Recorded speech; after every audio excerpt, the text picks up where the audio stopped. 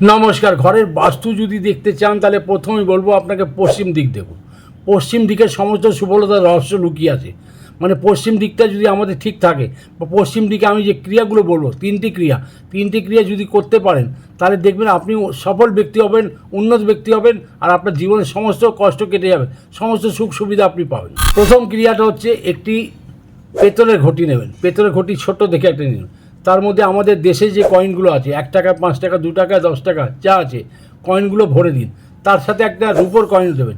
মানে এটা যদি আপনি রেখে দেন পশ্চিম দিকে, এটা ভরা অবস্থায়, তাহলে আপনি দেখবেন আপনার জীবনে কোনোদিন অর্থের অভাব হবে না, আর তার সাথে সুখ সমৃদ্ধি আপনার পেতে থাকবেন। দ্বিতীয় ক্রিয়া আপনাদের বলছি, একটা কালো কাপড় নেবেন রুমাল সাইজের। তার মধ্যে কী দেবেন? অল্প কালো তিল দেবেন, অল্প কালো সর্ষে দেবেন, অল্পখানি সর্ষে দেওয়ার পর সর্ষের তেল একটুখানি দিয়ে দেবেন। তার সাথে অল্প সুরমা দেবেন। সুরমা বুঝতে পারছেন, যে চোখে মেয়েরা লাগায়, সেই সুরমাটা দেবেন। সেই সুরমাটা দেওয়ার পর আপনি সব কটাকে নিয়ে একসাথে বেঁধে দিন। বাঁধার পর পশ্চিম দিকে রেখে দিন। শনিবার রাখুন।